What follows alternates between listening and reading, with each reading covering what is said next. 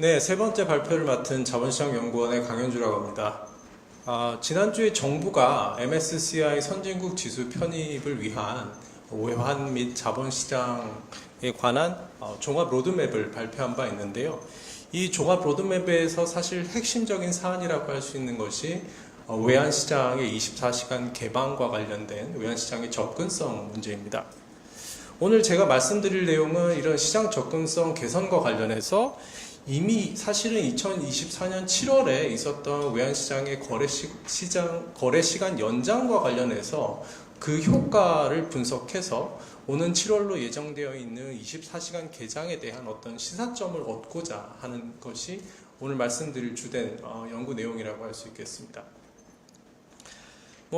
다음 슬라이드를 통해서 차차 말씀드리겠습니다만 사실 오늘 말씀드릴 내용의 어떤 핵심 메시지는 크게 두 가지라고 할 수 있습니다. 첫 번째로는 사실은 최근에 환율이 계속 오르고 있기 때문에 이 외환시장이 거래 시간이 연장이 됐을 때 변동성이 더 크게 늘 수 있지 않는가에 관한 상당한 시장의 우려가 있음에도 불구하고 사실 데이터를 봤을 때는 적어도 2024년 7월에 거래 시간이 연장이 됐음에도 불구하고 일중 변동성에 커다란 변화는 없었다라고 하는 게 이제 하나의 중요한 메시지가 되겠고요.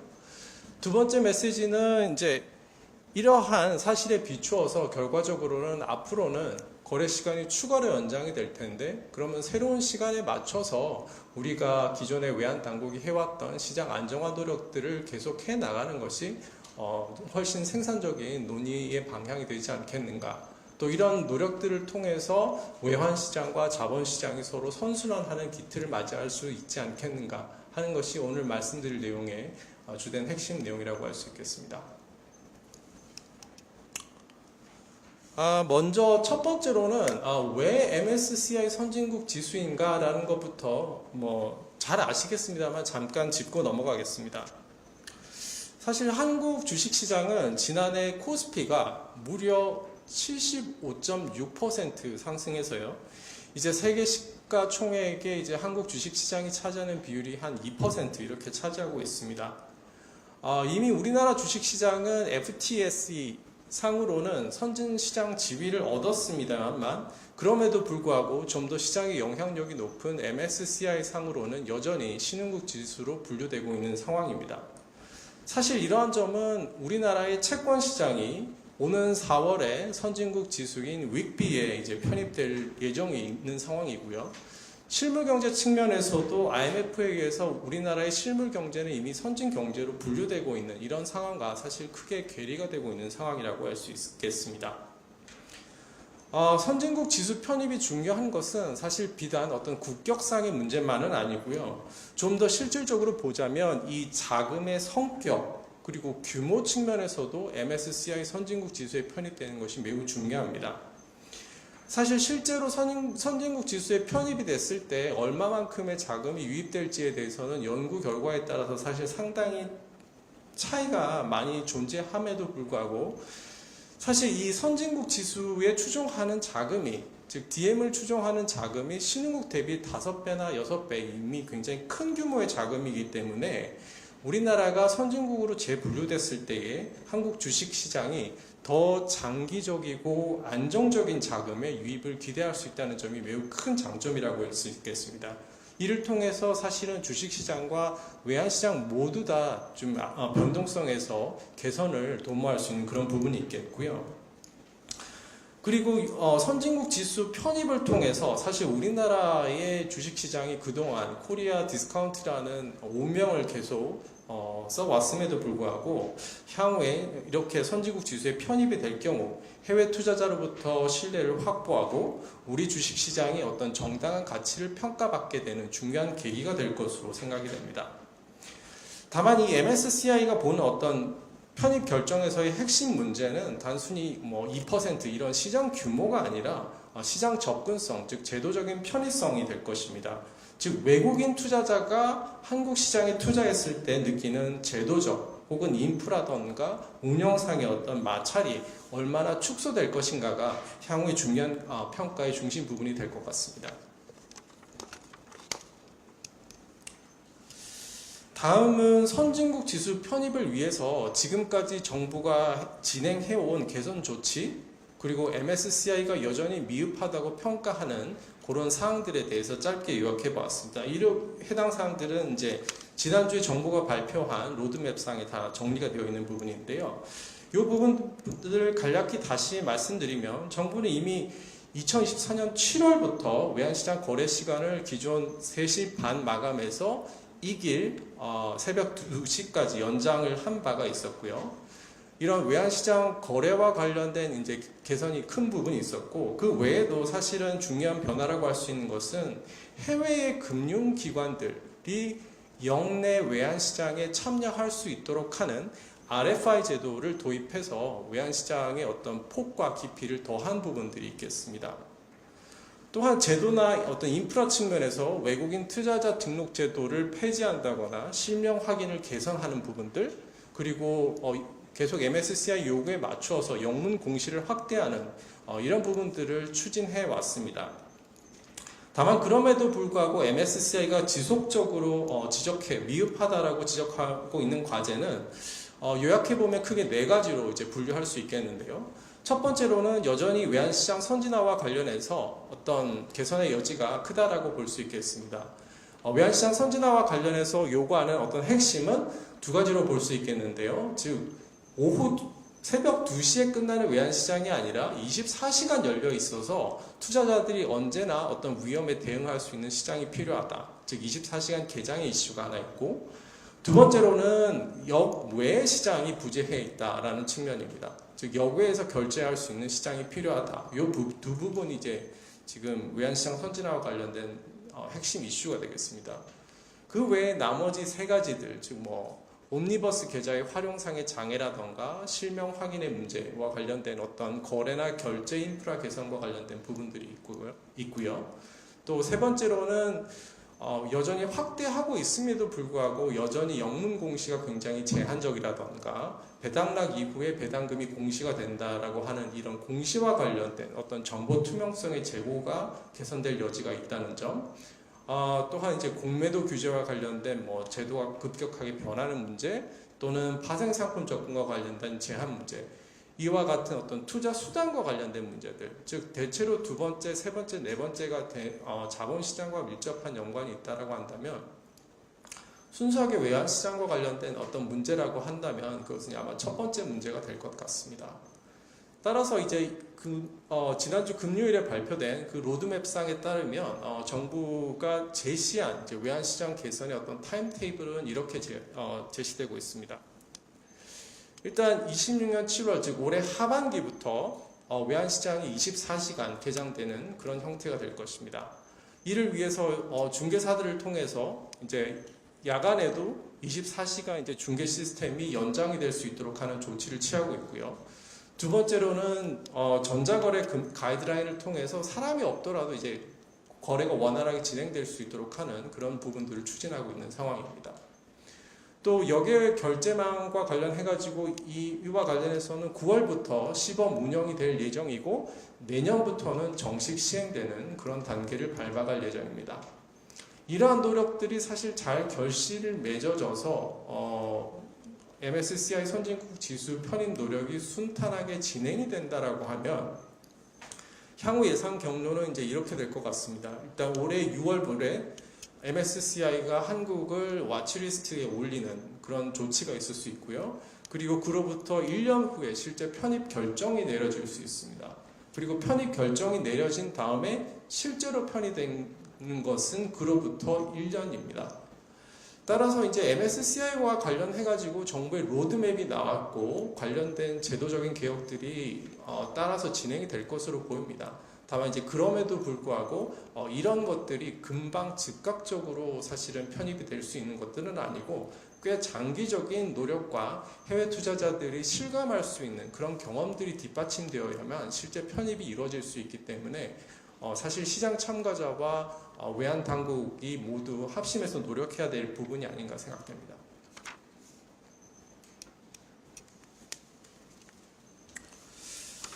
다음은 이제 외환시장 개선과 관련해가지고 그동안의 개선 노력에 대해서 좀 짧게 말씀드리겠습니다.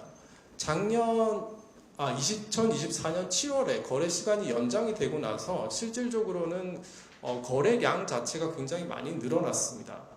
즉 한국은행에서 나온 보도자료에 따르면 거래량이 직전 5년에 비해서 평균 44.6%나 크게 늘어나서요.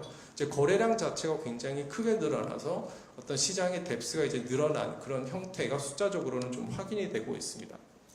특히 이러한 것들은 아까 말씀드린 대로 RFA 제도의 시행을 통해서 외국 금융기관들이 많이 참여한 점이 굉장히 주요했을 거라고 생각이 됩니다.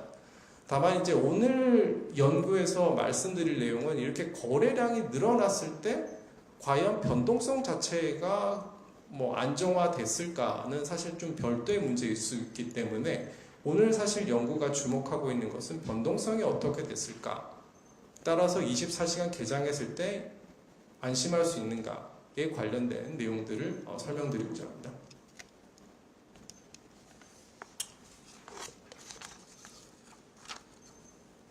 따라서 본 연구가 사실 답하고자 하는 질문은 다음과 같습니다. 즉, 첫 번째로는 우선 과연 이 거래 시간 연장이 되고 나서 외환시장 변동성이 유의하게 변화하였는가를 이제 좀 통계적으로 살펴봤습니다. 사실 이 부분이 굉장히 중요하다고 생각이 되고요. 두 번째로는 첫 번째 질문이 어떤 일종의 변동성에 관한 얘기라면 두 번째 질문이 조금 더 유의하게, 즉 시장이 급격하게 흔들렸을 때 발생하는 어떤 극단치들이 나타나는 꼬리 위험들이 거래 시간 연장 이후에 더 많아졌을까에 대한 답을 에 관한 질문을 이제 두 번째 던져보고 그거에 대한 답을 좀 생각해 보았습니다. 세 번째는 기존에는 이제 3시 반에 시장이 종료가 되고 다음날 9시에 문을 열 때까지, 즉 거래 시간이 닫혀 있는 시간이 굉장히 길었습니다. 17시간 반 동안 시장이 닫혀 있었기 때문에 해외 투자자들 입장에서는 유럽에서 발생한 이벤트, 미국에서 발생한 이벤트에 대응할 수가 없었습니다.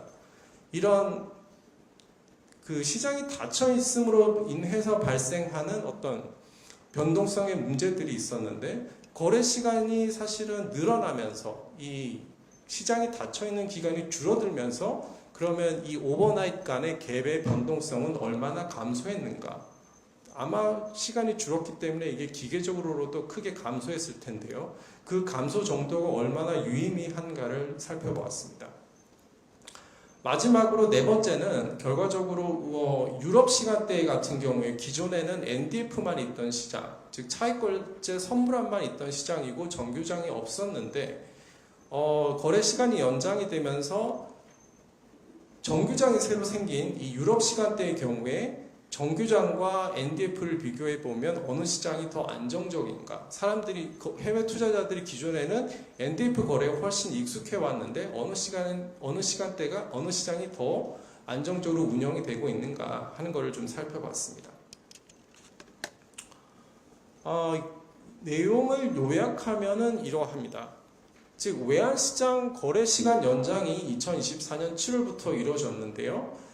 원달러 환율 변동성에 미친 영향을 분석해 보면 당초 우려와는 달리 변동성에 유의한 확대는 통계적으로 관측되지 않습니다.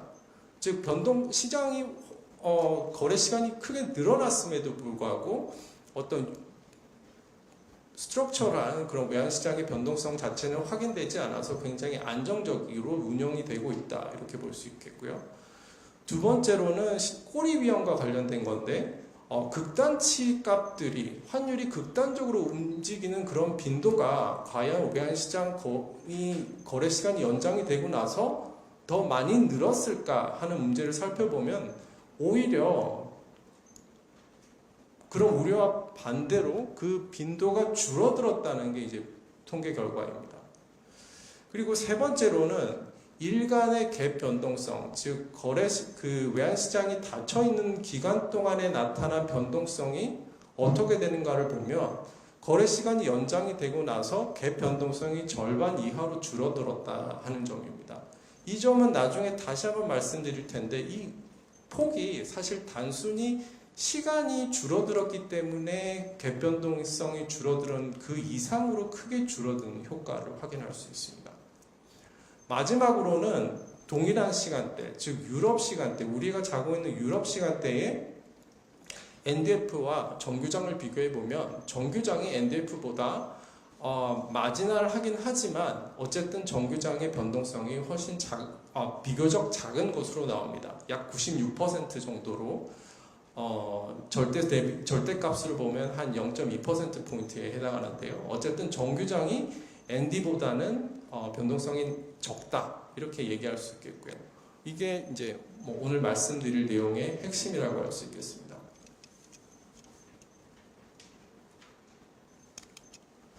데이터와 분석 방법론에 대해서는 그냥 짧게 설명드리겠습니다. 사실 별 어려운 내용은 없어서요. 분석 기간은 이제 2024년 7월, 즉 정책의 변화가 발생하기 1년 전과 최근까지 데이터를 다 끌어 모아가지고 좀 했습니다. 이때 데이터상으로 좀 필요했던 것은 이제 시간대, 즉 아시아장과 유럽장 그리고 미국장의 시간대별로 고가, 저가, 종가 이런 숫자를 좀 모았고요. 이를 통해서 이제 그 거래량 데이터를 제가 이제 쉽게 습득하기는 어려워서 변동성을 측정을 어떻게 했냐면 일종의 고가, 즉 하이 가격과 저가, 로 가격을 이용해서 고가와 저가의 변동폭을 통해서 이제 변동성을 측정하는 그런 방법을 사용했습니다. 전체적으로는 사실 2024년 7월 이후에 포함된 기간 동안에는 상당히 다양한 국내외 정치 경제적 이벤트가 있었습니다. 따라서 이제 제가 말씀드리고 싶은 부분은 상당히 이례적인 이벤트들, 즉 뭐 엔캐리 청산이라던가 국내 정치 불안, 미국의 관세 충격과 같은 이례적인 상황들이 많았기 때문에 거래 시간 연장 이후를 평가할 때 이게 사실은 변동성 측면에서는 굉장히 보수적으로 평가하는 측면이 있을 수 있다. 이런 점을 좀 강조드리고 싶고요. 여기서는 회귀 모형을 하나 사용하는 게 있고 또 그냥 변동성을 측정해서 그걸 그대로 읽어보는 단순히 데이터 리딩 측면 두 가지가 있습니다. 먼저 회귀 모형을 간략하게 설명해 드리면 여기서 YT 즉 종속 변수는 아까 말씀드린 즉 일종의 고가와 저가를 이용해서 측정하는 변동성이 되겠습니다. 그 변동성이 어떻게 설명이 되느냐라고 할 때 포스트라고 하는 건 이제 2024년 7월 즉 외환시장의 거래 시간이 연장된 이후에를 해당하는 더미 변수가 되겠습니다. 2024년 7월 이후는 1의 값, 그 이전에는 0의 값을 갖는 더미 변수가 되겠고요. 타임은 2024년 7월 이후에, 즉 거래 시간이 연장이 된 이후의 경과일수입니다. 얼마나 시간이 지났는가라는 걸 나타내고요. 이 회계식에서 사실 핵심적인 것은 이제 이 타우라는 계수와 카파라는 계수인데, 타우라고 하는 것은 이 짧은 시간 동안에, 즉 정책이 변화가 됐을 때, 거래 시간이 갑작스럽게 연장이 됐을 때 외환시장의 변동성에 유의미한 변화가 있었는가를 살펴보는 게 타우의 역할입니다. 그리고 카파의 역할은 외환시장 거래 시간이 연장이 되고 난 이후에 변동성의 어떤 추세의 변화가 있었는가 그걸 살펴보는 게 카파의 역할입니다. 그리고 이 X는 뭐 시장 변수에 영향을 미칠 수 있는 나머지 요인들, 뭐 VIX라든가 DXY, 한미 금리 차 이런 요인들을 이제 통제하는 것으로 볼 수 있겠고요. 전체적인 추정의 윈도우는 거래 시간 연장 전 90일과 연장 후 90일 이렇게 사용해서 살펴봤고 강건성을 위해서 60일, 120일 이렇게 같이 살펴보기도 했었는데 결과에는 큰 차이는 없었습니다.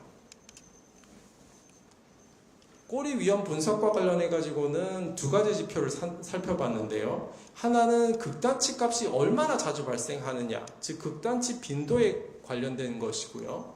두 번째는 밸류의 리스크입니다. 즉 극단치가 발생했을 때 그 극단치의 수준이 얼마인가라는 걸 본 겁니다. 즉 꼬리 위험 분석 과정에서 두 가지 지표를 살펴봄으로 인해서 극단적인 수준의 환율 변동이 얼마나 자주 발생했는가, 그리고 그 발생했을 때 극단의 정도가 얼마나 컸는가, 두 가지를 다 살펴보았다 이렇게 이해하시면 되겠습니다. 그리고 이거는 뭐 아까 서두에서 말씀드린 갭 변동성인데요. 갭 변동성은 결과적으로 이 갭 수익률 자체를 추정해서 그 갭 수익률의 절대값이 어떻게 되느냐를 봤는데 갭 수익률의 그 추정은 클로즈 즉 전날의 종가와 오늘의 시가 오픈과 클로즈 차이의 수익률을 살펴봤습니다. 그렇게 해서 이게 뭐 플러스일 수도 마이너스일 수도 있기 때문에 절대값을 변동성 수치로 이용했습니다. 다음 이제 분석 결과입니다. 이것은 먼저 이제 같은 시간대가 존재하는 즉 유럽 시간대의 변동성을 제시한 겁니다. 아까 말씀드린 대로 하이와 로를 가지고 변동성을 측정한 결과인데요. 보시면 이게 2024년 7월 이전과 이후입니다. 그냥 시각적으로 보시기에서도 뭐 아시겠지만 이전과 이후 간에 어떤 추세적인 차이라는 게 없습니다. 같은 시간대 이때는 NDF 환율의 변동성이고 이때는 정규장에서의 환율입니다. 차이가 없습니다. 시각적으로.